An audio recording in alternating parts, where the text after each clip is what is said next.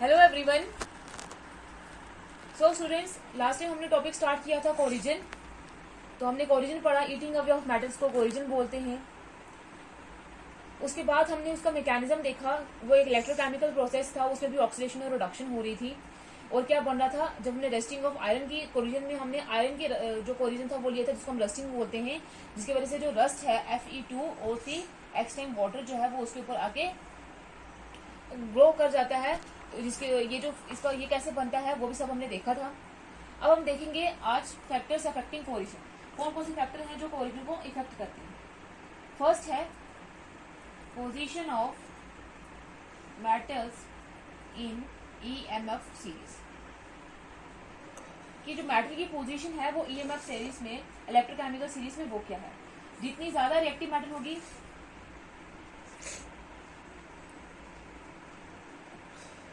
उतनी पॉसिबिलिटी है, more will be the possibility of the metal getting corrode. जितनी ज्यादा मेटल की रिएक्टिविटी होगी उतनी ज्यादा उसकी पॉसिबिलिटी होगी कोरोड होने की, उतनी ज्यादा उसकी पॉसिबिलिटी होगी कोरिजन होने की। उसमें जैसे हम एग्जांपल लेते हैं, जैसे रिएक्टिव मेटल आयरन हो गया, जिंक हो गया, आयरन हो गया, कॉपर हो गया, ये सभी ये जो रिएक्टिव मेटल्स है एज कम्पेयर टू ये जो गोल्ड होता है या प्लेटिनम होता है, तो उनमें कोरिजन नहीं होता क्योंकि वो लेस रिएक्टिव मेटल है। तो ज्यादा रिएक्टिव मेटल होंगी उनकी पॉसिबिलिटी ज्यादा है उनमें कोरिजन होने की। सेकेंड है presence of impurities in metals. Presence of impurities in metals. अभी हमने जब कल पढ़ा था तो उसमें हमने मैकेनिज्म में देखा था, जो इम्प्योरिटीज होती है वो एक्ट करती है एज अ कैथोड। तो जितनी और एक्ट करती है एज अ वोल्टिक सेल, या इसको हम बोलते थे कोरिजन कपल बोलते थे। तो इम्प्योरिटीज क्या करती है, वोल्टिक सेल बनाने में हेल्प करती हैं और ये क्या करती है, इंक्रीज करती है स्पीड ऑफ कोरिजन। जितनी ज्यादा इम्प्योरिटीज होंगी उतनी ज्यादा कोरिजन की स्पीड क्या होगी, इंक्रीज होगी। थर्ड फैक्टर है प्रेजेंस ऑफ इलेक्ट्रोलाइट। जितना ज्यादा इलेक्ट्रोलाइट होगा, जैसे अगर पहले सिंपल वाटर है तो उसमें तो कोरिजन होगा, लेकिन अगर हमने उसमें इलेक्ट्रोलाइट डाला है तो वो क्या करेगा, रेट ऑफ कोरिजन को इंक्रीज करेगा, increase rate of corrosion. For example, अगर हम आयरन का कोई नेल लेते हैं, आयरन का छोटा सा कोई पीस ले लेते हैं, तो उसकी जो कोरिजन होगी वो सी वाटर में ज्यादा होगी as compare to distil water. ऐसा क्यों होगा, क्योंकि सी वाटर में ज्यादा इलेक्ट्रोलाइट है, ज्यादा सॉल्ट्स हैं। इलेक्ट्रोलाइट सॉल्ट्स को ही बोलते हैं, जैसे NaCl हो गया। तो ये इलेक्ट्रोलाइट की होने की वजह से क्या करता है, इलेक्ट्रोलाइट्स क्या करते हैं, इलेक्ट्रिक कंडक्शन को इंक्रीज करते हैं मेटल के सरफेस के ऊपर, जिसकी वजह से इनका जो ये रेट ऑफ कोरिजन को इंक्रीज करते हैं। तो अगर इलेक्ट्रोलाइट की परसेंटेज ज्यादा होगी तो उसमें कोरिजन भी क्या होगी, ज्यादा होगी। फोर्थ है प्रेजेंस ऑफ प्रोटेक्टिव कोटिंग्स। ये सारे फैक्टर्स हमने पढ़े जो कोरिजन के रेट को इंक्रीज कर रहे थे।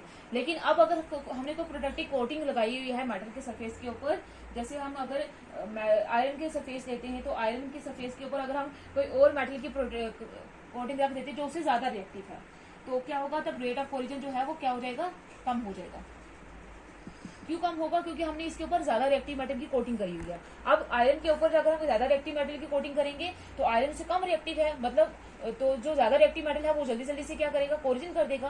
तो कोरिजन उसमें होता रहेगा, वो अपने इलेक्ट्रॉन लूज करता रहेगा और गेन होती जाएगी, उसमें रिएक्शंस होंगी और जो आयरन है वो बच जाएगा। जैसे अगर फॉर एग्जाम्पल कोटिंग करें हम आयरन की जिंक के साथ, तो वो हम कोरिजन को क्या कर सकते हैं, इसकी स्पीड जो है वो कम कर सकते हैं, कोरिजन जो है वो खत्म हो सकता है।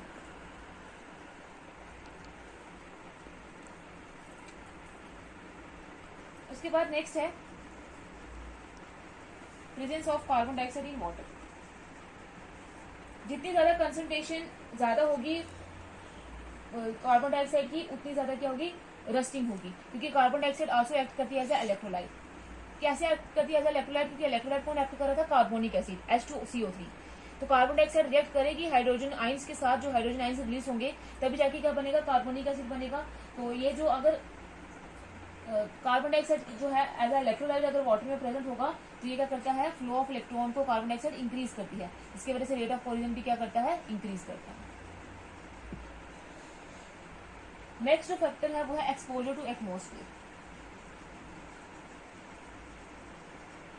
एक्सपोजर टू एटमॉस्फेयर का मतलब क्या होता है, हमने कल कोरिजन पढ़ा था तो ये देखा था कि जब हम मेटल के सरफेस को एक्सपोज करते हैं, खुले में छोड़ देते हैं एटमॉस्फेयर कंडीशन में, एयर में, ऑक्सीजन में, मॉइस्चर में, तब जाके कोरिजन होता है। और जितना ज्यादा मेटल को हम क्या करेंगे, एक्सपोज करेंगे एटमॉस्फेयर में, उतना ज्यादा क्या होगा, कोरिजन का रेट क्या होगा, इंक्रीज होगा। जैसे कोरिजन अगर हम आयरन जो लेंगे, अगर हम हवा में नहीं रखेंगे, वैक्यूम में रखेंगे, किसी क्लोज सरफेस में रखेंगे, किसी क्लोज वेसल में रखेंगे, तब आयरन में कोरिजन नहीं होगा। लेकिन जब हम उसको एक्सपोज करेंगे एटमॉस्फेयर में तो क्या होगा, उसमें कोरिजन हो जाएगा। ये थे इसके फैक्टर जो इफेक्ट करते हैं कोरिजन को। नेक्स्ट हम पढ़ेंगे प्रिवेंशन ऑफ कोरिजन, कि हम कोरिजन को प्रिवेंट कैसे कर सकते हैं।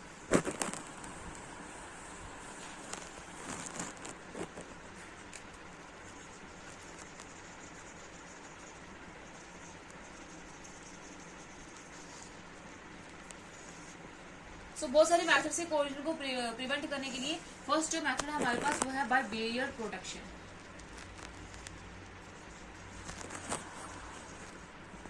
बैरियर का मतलब क्या होता है, रुकावट। तो बैरियर प्रोटेक्शन से कोरिजन को हम प्रिवेंट करेंगे अगर हम मेटल के बीच में जिसके ऊपर कोरिजन होना है और एटमॉस्फेयर के बीच में जिसकी कंडीशंस की वजह से मेटल के ऊपर कोरिजन होगा। एटमॉस्फेयर का मतलब ऑक्सीजन से, मॉइस्चर से, कार्बन डाइऑक्साइड से। तो जब हम मेटल और एटमॉस्फेयर के बीच में अगर कोई बैरियर रख देते हैं तो तब जो है मेटल को प्रोटेक्ट कर सकते हैं कोरिजन से। तो ये बैरियर प्रोटेक्शन किस किस तरीके से हो सकती है, बाय अप्लाइंग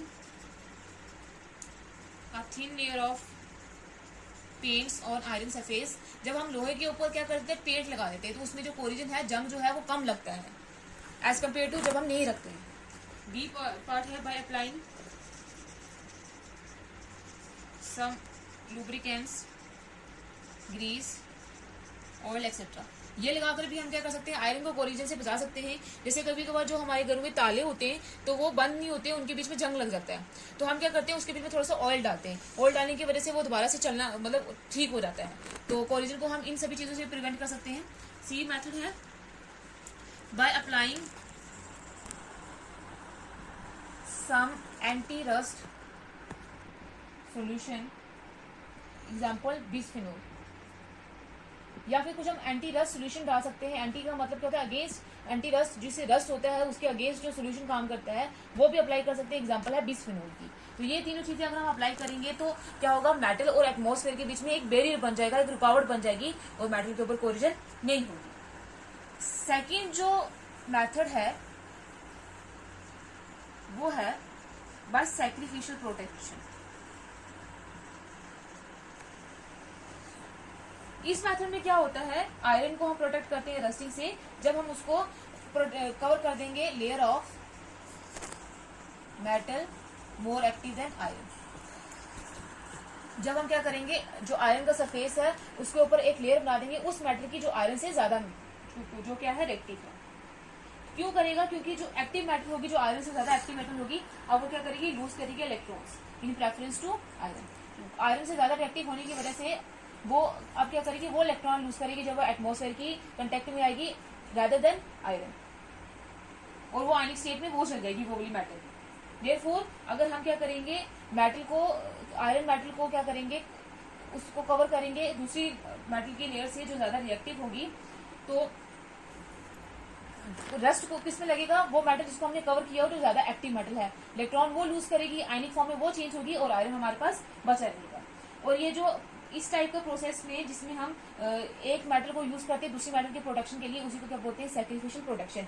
क्योंकि सैक्रिफाइस का मतलब क्या होता है, खुद ये जो मेटल है वो सैक्रिफाइस हो रही है और आयरन को क्या कर रही है, बचा रही है। खुद वो अपने इलेक्ट्रॉन लूज कर रही है, खुद वो ऑक्सीडाइज होगी, खुद वो रिड्यूस होगी और उसके ऊपर कोरिजन होगा, और जो बाकी जो दूसरी मेटल है वो क्या हो जाएगी, बच जाएगी। और जिंक जो है वो हम कॉमनली यूज करते हैं आयरन की प्रोटेक्शन के लिए, आयरन को कवर करने के लिए, आयरन के सरफेस को कवर करने के लिए। और ये जो प्रोसेस होता है जिसमें हम क्या करते हैं, आयरन के सरफेस को जिंक से कवर करते हैं, उस प्रोसेस को बोलते हैं गैल्वेनाइजेशन, जिसमें हम आयरन के सरफेस को किसकी कोटिंग लगाते हैं, जिंक की कोटिंग लगाते हैं। उस प्रोसेस को क्या बोला जाता है, गैल्वेनाइजेशन। तो क्या होगा गैल्वेनाइजेशन में, जैसे ये है, यह मॉइस्चर आ गया था, अब देखो आयरन का सरफेस ये है, इसके ऊपर हमने जिंक की कोटिंग लगा दिया, तो ये आ गया क्या, आयरन। अब आयरन के कोई इफेक्ट पड़ेगा ही नहीं मॉइस्चर का। अब अगर मॉइस्चर आएगा एटमॉस्फेरिक कंडीशन इसमें आएंगी जो हमने जिंक के ऊपर ले लगाई है, रिएक्ट करेगा एज आई नोट, और जिंक क्या करेगा अपने 2 इलेक्ट्रॉन जो है वो रिमूव कर देगा, और इलेक्ट्रॉन को कौन करेगा रिलीज, जिंक करेगा। तो ये हमने कोटिंग ऑफ जिंक कर दिया। अब आयरन जो है इसको कोई भी इफेक्ट नहीं पड़ रहा है। तो क्या आ जाएगा Zn2 पॉजिटिव प्लस 2 इलेक्ट्रॉन क्या दे देगा ये Zn Fe2 पॉजिटिव। अगर हम दोनों का इलेक्ट्रोड रिडक्शन पोटेंशियल देखें तो क्या है, इसका रिडक्शन पोटेंशियल जो है वो क्या होगा, इसका रिडक्शन पोटेंशियल कम है, तो मतलब रिडक्शन पोटेंशियल कम है तो ये क्या होगा, ऑक्सीडाइज होगा। तो ये ऑक्सीडाइज होगा और क्या होगा, सॉरी इसका जो रिडक्शन पोटेंशियल है वो कम है, -0.67 जो वैल्यू है वो कम है, और ये ऑक्सीडाइज हो जाएगा। इसलिए पहले कौन, इसका रिडक्शन पोटेंशियल कम है तो ऑक्सीडाइज कौन कौन होगा, जिंक, जिसकी हमने कोटिंग करी हुई है। हम टिन की कोटिंग भी कर सकते हैं। टिन की कोटिंग में अगर देखा जाए तो टिन की जब हम कोटिंग करते हैं तो उसको हम टिन प्लेटिंग बोलते हैं। इसमें भी क्या होगा, Zn2 पॉजिटिव प्लस 2 इलेक्ट्रॉन जो है वो रिलीज करेगा अगर, तो क्या बना देगा Sn, टिन का जो होता है सिंबल वो Sn होता है, और Fe2 positive plus 2 electron release करेगा तो Fe बना देगा। अगर हम इन दोनों का रिडक्शन पोटेंशियल देखें तो इसका रिडक्शन पोटेंशियल होता है 0.14 वोल्ट, इसका होता है -0.44 वोल्ट। मतलब रिडक्शन पोटेंशियल किसका कम है, इसमें जो टिन होता है उसका जो रिडक्शन पोटेंशियल है वो ज्यादा है एज कम्पेयर टू आयरन। तो आयरन जो होगा इस केस में ऑक्सीडाइज हो जाएगा और रिड्यूस कौन तो होगा, टिन। तो ये जो प्रोसेस होता है इसी को हम क्या बोलते हैं, सैक्रिफिशियल प्रोडक्शन, जिसमें हम क्या करते हैं एक मेटल को कवर कर लेते हैं दूसरी मेटल से, तो ताकि वो जो है वो उसको प्रोटेक्ट कर सके।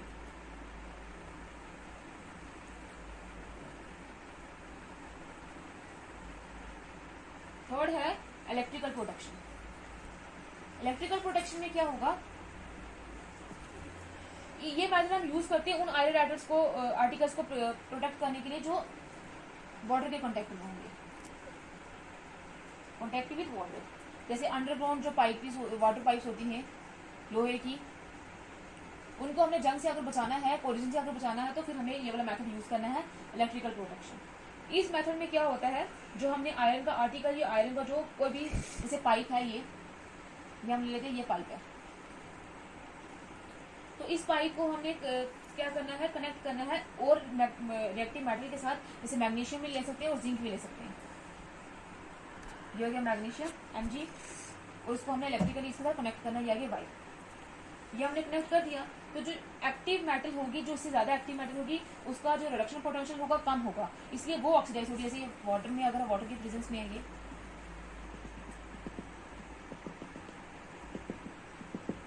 तो ये इलेक्ट्रोलाइट, जब हमने क्या बोला था, अगर सी वाटर होगा तो उसमें क्या होता है, ज्यादा कोलिजन होता है एज कम्पेयर टू जो नॉर्मल वाटर होता है, तो ये इलेक्ट्रोलाइट देगा।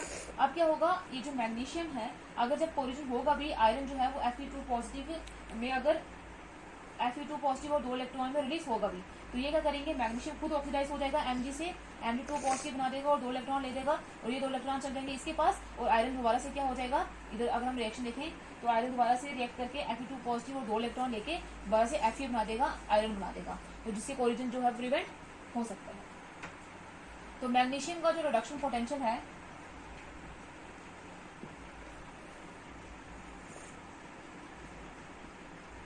वो कितना है, -2.37 वोल्ट, इसका है -0.44 वोल्ट। तो इसका रिडक्शन पोटेंशियल जो है वो इसके कंपैरिजन में कम है, तो इसलिए ये क्या होगा, इसका जो रिडक्शन पोटेंशियल है वो आयरन के कंपैरिजन में कम है, तो इसलिए ये क्या होगा, ऑक्सीडाइज हो जाएगा। ऑक्सीडाइज होगा तो इलेक्ट्रॉन रिलीज करेगा, आयरन के जो 2 इलेक्ट्रॉन जो वो Fe2 पॉजिटिव में कन्वर्ट हो रहा था, दोबारा से ये इलेक्ट्रॉन लेके Fe में कन्वर्ट हो जाएगा, तो हम ऐसे जो है वो कोलिजन से ये बच सकते हैं। लेकिन ये हम यूज करेंगे उस के लिए जब आयरन मेटल जो है वाटर के कंटेक्ट में होंगे डायरेक्टली। सो यूजिंग, अब लास्ट जो मेथड है वो using anti rust solution. Anti rust solution use करके, जैसे एंटी का मतलब होता है against, anti rust solution use करके भी हम इसको बचा सकते हैं। फॉर एग्जांपल जो एल्कलाइन फॉस्फेट्स होते हैं, एल्कलाइन क्रोमेट्स होते हैं, ये हम जनरली यूज करते हैं as a anti rust solution. अब इनका एल्कलाइन नेचर की वजह से, एल्कलाइन होता है बेसिक नेचर, इनकी एल्कलाइन नेचर की वजह से क्या होता है, जो H पॉजिटिव आइंस बनते हैं जिससे कार्बोनिक एसिड बनता है जो एज अ इलेक्ट्रोलाइट काम कर रहा होता है, ये बेस जो है वो उनको रिमूव कर देते हैं, क्योंकि एसिड किसके साथ रिएक्ट करता है, बेस के साथ। तो ये जो है एल्कलाइन जो है फॉस्फेट या एल्कलाइन क्रोमर्स, ये H पॉजिटिव आइंस को रिमूव कर देंगे और इसको क्या करेंगे, आयरन को, क्लोरीन को रस्टिंग से बचा देंगे। ये था हमारे पास लास्ट टॉपिक इस चैप्टर का। अब ये चैप्टर हमारा कंप्लीट हो गया है। इसका लास्ट टॉपिक यही था कोरिजन। तो आज हमने कोरिजन के पढ़े हैं फैक्टर इफेक्टिंग और उसकी प्रोडक्शन।